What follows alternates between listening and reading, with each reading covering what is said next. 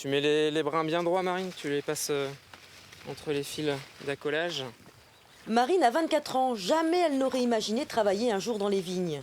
De retour d'un séjour d'1 an en Australie en février, elle pensait trouver rapidement un emploi dans le marketing. Le confinement a stoppé ses recherches, alors en attendant, elle a entendu parler d'une plateforme de recrutement pour venir en aide aux agriculteurs et a postulé. Elle a entraîné avec elle son père.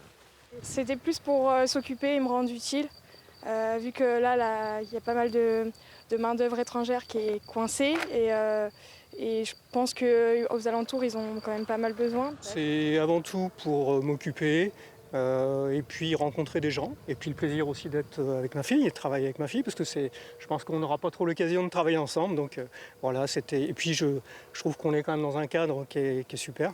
Cette plateforme de recrutement, une aubaine pour ce viticulteur qui peine chaque année à trouver du personnel à cette époque pour les bourgeonnages de ses vignes.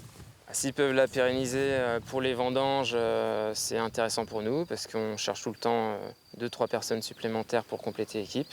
Et même l'année prochaine, vu que ce sont des personnes qui ne reviennent pas forcément tous les ans, on a toujours besoin de nouvelles personnes.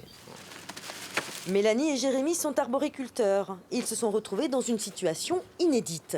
Avec la fermeture des marchés, ils ont dû trouver un autre moyen de commercialisation. C'est le confinement qui a provoqué leur besoin de main-d'œuvre.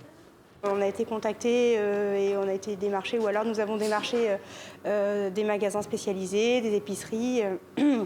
Donc ça suppose un temps de travail supplémentaire parce qu'il a fallu préparer les commandes et puis parfois les livrer, etc. Et là, surprise, des bénévoles sont venus les aider. Un bel élan de solidarité.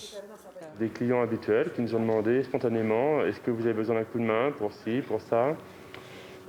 pour le verger, pour la commercialisation, pour aller... Donc voilà, au début on était un peu gênés par rapport à ça parce qu'on ne voulait pas abuser.